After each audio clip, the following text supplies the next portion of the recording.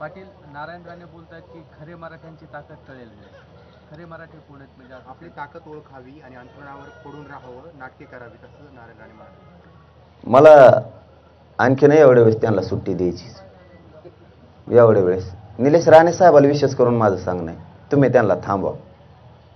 तुम्ही त्यांना थांबवा, कारण मला सुद्धा काही मर्यादा आहेत. आता मी कचड्याला लागेल धुवून काढीन, मी सोडणार नाही इथून पुढं. हां, कारण मला सुद्धा मर्यादा आहेत.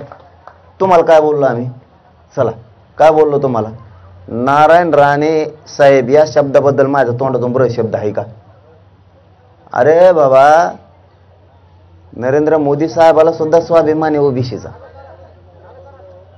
कारण त्यांनी 2 भाषणात असं बोललेलं आहे. ती उदाहरणार्थ जर आम्ही त्यांना बोललो असतो तर तुम्ही तर आता छाती बिडीत मराठा मराठा, मी तर मराठ्याकडून बोललो, मग तुम्ही आमच्याकडून बोलायला पाहिजे. तुमचा काय संबंध रे त्याच्याकडून बोलायचं त्यांच्याकडून बोलायचं?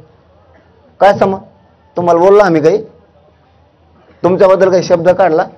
तुम्ही कोण त्याची रिवडणार त्यांची तिकडची? तुम्ही कोण? अरे त्यांना जर स्वाभिमान आहे, ते त्यांच्या भाषणात म्हणलेत ओबीसीच्या बद्दल, तुम्ही तर मग मराठा म्हणून आरक्षण पाहिजे म्हणता मला स्वतःला, तर मग आम्ही तर मराठ्याच्याच बाजून बोललो. तुम्हाला तर स्वाभिमान पाहिजे होता आमच्या बाजूने बोलायचा. तुम्ही एकटेच काय ते काय तिरशिंगराव लागून गेले काय? मग तुम्ही काही मर्यादा येता. मी तुमच्याबद्दल काही तुम्हाला मानत होतो, मानतोय, म्हणून मी बोललेलो नाही. आणि इथून पुढं माझी शेवटची विनंती आता निलेश राणे साहेबाला, त्यांना नीट समजून सांगा, दुसऱ्या बारीने मी सोडित नसतो. हां, मी बघणारच नाही मग कोण आहे काय आणि केवढ्याचा.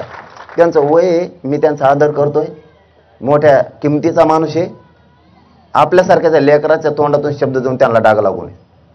मग भावना समजत असले समजून घ्या, नसता मी पुरा पान उतारा करीत असतो, एक तो सोडितच नसतो.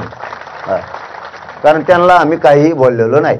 असं त्यांचं झालं 5 वेळेस, आणि 5 वेळेस आम्ही त्यांना सांगितलं की तुम्ही बोलू नका, पण त्यांना काय दम निघत नाही. त्याच्यामुळे शेवटची संधी, आणि ते निलेश राणे साहेबाला मुद्दा म्हणून सांगतोय मी हे, की तुम्ही त्यांना सांगा, कारण आपल्या क्षमता आता ऐकून घ्या. ते उद्या जरी बोलले तरी सोडणार नाही. हो, आणि ते आत्ता 1 घंट्याने बोलले तरी नाही सोडणार. आणि त्यांची ज्यांनी तयारी असणार खेटायची त्यांनी खेटायची तयारी मग आपली त्यांना. हां,